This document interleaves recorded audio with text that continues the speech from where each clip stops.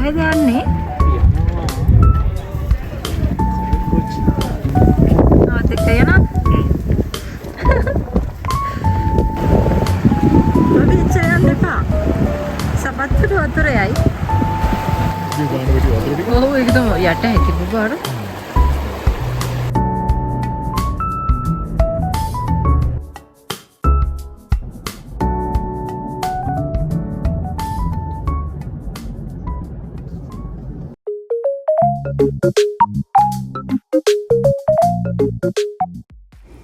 මගේ යාළුවෝ හැමෝටම සුබම සුබ දවසක් ප්‍රාර්ථනා කරගෙන ඔන්න ඉතින් දිග නිවාඩුවකට පස්සේ මම ආයෙත් ඔයාලව බලන්න ආවා.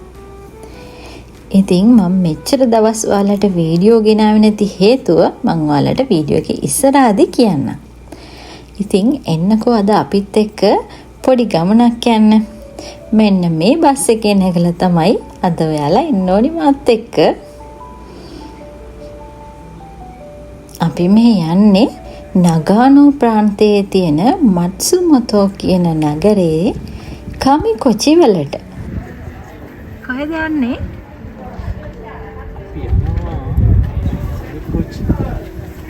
ආත් එක්ක යනවා. මෙතන තියෙන්නේ පුදුම ලස්සනක්.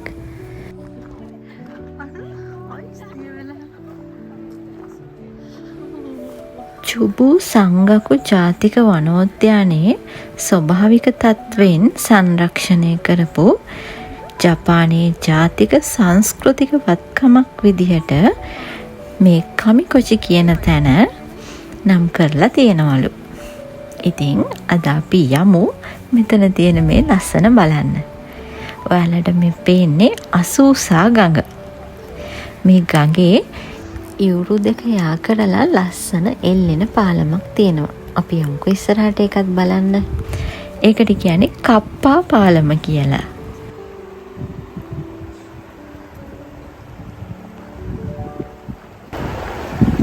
ඔබ ඉච්චර යන්න එපා. සපත්තුට වතුරයයි.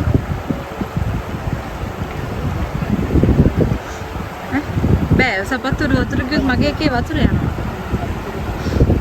මේ පාලම ගැන කියනවා නම් මේක එල්ලෙන පාලමක් විදියට හදලා තියෙන්නේ 1910 දී.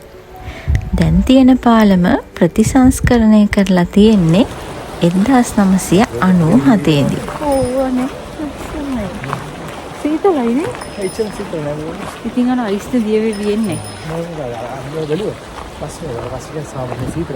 මේ පාලමේ පළල මීටර් 3.1කුත් දිග මීටර් 36.6කුත් විදියට තමයි සඳහන් වෙලා තියෙන්නේ. ඉතින් මෙච්චර මේ කියන එකේ යම් කොනේද මේ එල්ලෙන පාලම බලන්න. අන්න අර පේන්නේ කප්පා පාලම. ඉතින් කමිකොචි වල ප්‍රධානම සංකේතයක් විදියට මෙන්න මේ පාලම තමයි නම් කරලා තියෙන්නේ. බලන්නකො ඉතින් මේ වටපිටාව මේ කඳුවල මේ අයිස් මිදිලා තියෙන්නේ. හිම වැටිලා ඒව අයිස් වෙලා.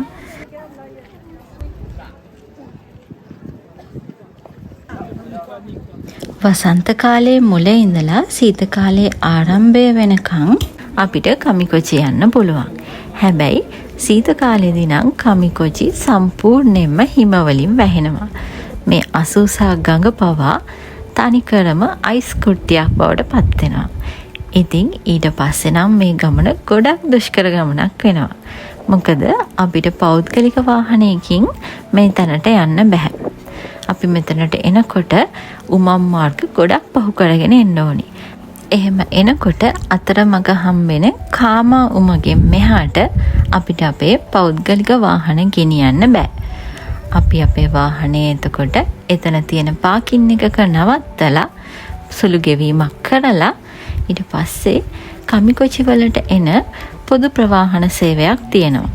ඒක රජය විසින් දාලා තියෙන්නේ. ඒකටත් අපි යම්කිසි ගාණක් ගෙවන්න ඕනි. ඒ ගාණ ගෙවලා අපිට මෙතනට එන්න පුළුවන්. ඔව් ඒක තමයි යට ඇති බබාර. පාරිසරික හේතුන් මත තමයි ජපාන් රජය 1994 දී මේ තීරණය අරගෙන තියෙන්නේ. ඔන්න ඉතින් කමිකොචි පාඩම ඉවරයි. දැන් ඔයාලා කමිකොචි ගැන දැනගත්තානේ. දැන් ඉතින් අපි කමිකොචි වල තියෙන ලස්සන ටිකක් බලමු නේද? මම තම්මේල් එකේ දාලා තිබ්බා නේද අයිස් තොගයක් ගැන. ඔන්න ඔය තියෙන්නේ අයිස් තොගේ තමයි. මෙන්න මේ පාරේ තියෙන අයිස් ඇදලා මිනිසුන්ට යන්න පුළුවන් වෙන්න ඒවා කැලේ මැදට කරලා. මෙන්න මෙතන තමයි අපි ඉන්නේ. ඔන්න ඉතින් දැන් අපි කැලේ ඇතුළට යන්න පටන් ගත්තා. මේ පේනව නේද අයිස් කුට්ටි. මේ කැලේ ඇතුළට යන්න මාරම ලස්සනයි. ලොකු මඩ වගුරක් තියෙනවා. මේ මඩ වගුරෙන් අපිට යන්න තියෙන්නේ ලස්සන පාරකින්. මම ඒ පාර වලට පෙන්නන්නම්. ලී වලින් හදපු පාරක් මාරම ලස්සනයි. කන්දක් නගින් කන්දක් කියන්නේ වට අර ඊයේ වහම ෆොටෝ එකක් වෙන්නේ පාරවල සික්සැක් පාරවක් තියෙන්නේ. කොහෙද බලන්න? අර අපිට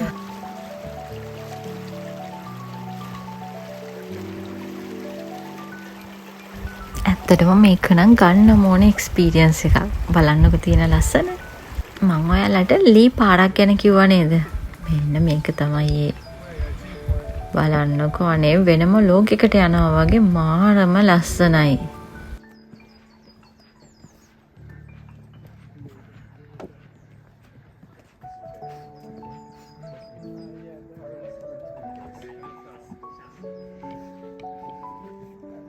බබි මේ බලන්න.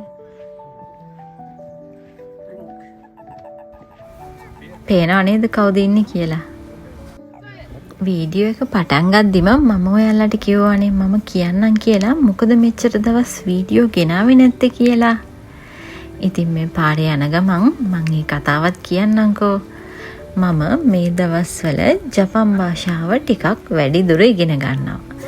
ඉතින් අන්න ඒ නිසා ඒ එක්සෑම් තියෙනවා, පාඩම් කරන්න තියෙනවා. ඉතින් වැඩ ගොඩක් තියෙන නිසා මට ඇත්තටම වීඩියෝස් හදන්න, එතකොට වොයිස් කරන්න මේවට පොඩ්ඩක් කාලය මදි. අන්න ඒ නිසා තමයි මට ඉතින් හදපු වීඩියෝ එකක්වත් වොයිස් කරගන්න වෙලාවක් නැති වුණේ.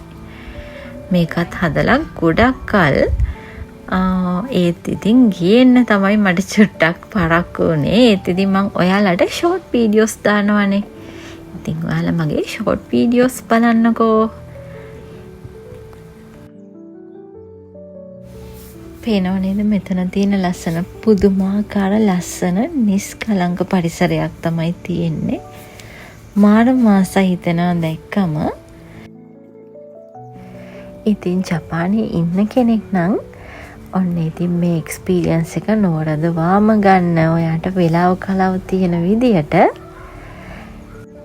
ජපානයේ ඉන්න කෙනෙක් ඉතින් දන්නවා ජපානය ඇතුලේ ඔයා මොන තරම් කාර්යබහුල ජීවන රටාවක්ද ගෙවන්නේ කියලා. ඉතින් ඒ වගේ ජීවන රටාවකින් දවසකට හරි මිදිලා මේ වගේ තැනකට ආවම ඇත්තට මේක මාර නිදහසක් ඔළුවට. හොයිස් මේ බයාටද බබා?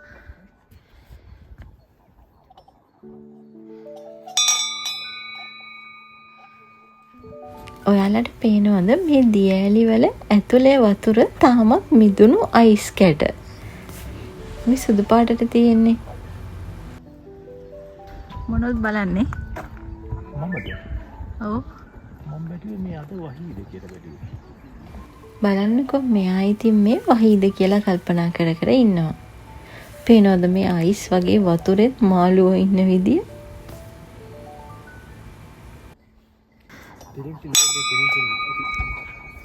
ඉතින් අපි අපේ ගමන මෙතනින් ආපහු හැරෙන්න තීරණය කරා.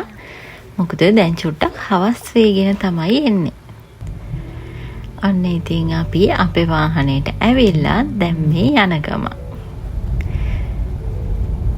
මං අර කලින් කිව්වා වගේ උමම් මාර්ග ගොඩක් තියෙනවා අපිට මෙතනට එන්න. ඒ වගේම මෙතනින් යන්නත් ඕනේ ඉතින් ඒ පාඩෙමනේ.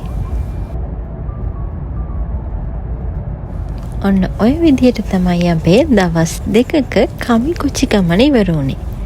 දෙවෙනි දවසේ උදේම අපි දෙන්න ඔන්සෙන් බැහැලා දැන් ඉතින් ගෙදර යන්න තමයි මේ හදන්නේ. ගෙදර යන්න එන ගමන් අපිට හම්බුණා ලස්සන ගමක ලස්සන පුංචි කඩයක්.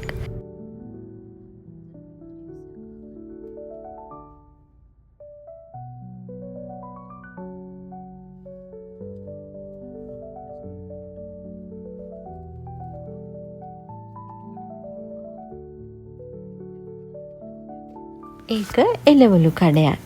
ඉතින් අපි එතනටත් ගොඩ වෙලා එළවලු ටිකකුත් අරගෙන ගෙදර එන්න පිටත් වුණා. බලන්නකෝ ඉතින් මෙතන තියෙන්නේ මේ ගමේ ගොඩේ එළවලු. ගමේ ගොඩේ කිව්වට ඉතින් ලංකාවේ ගමේ ගොඩේ නන් නෙවෙයි. ජපානි ගමේ ගොඩේ එළවලු. ඉතින් මං හිතනවා අද වීඩියෝ එකත් ඔයාලා ආසාවෙන් බලන්න ඇති කියලා. එහෙනම් ආයෙත් දවසක හම්බෙනකන් සතුටින් පරිස්සමෙන් ඉන්න. ගිහින් එන්නම් ආදරේ. ありがとうございました。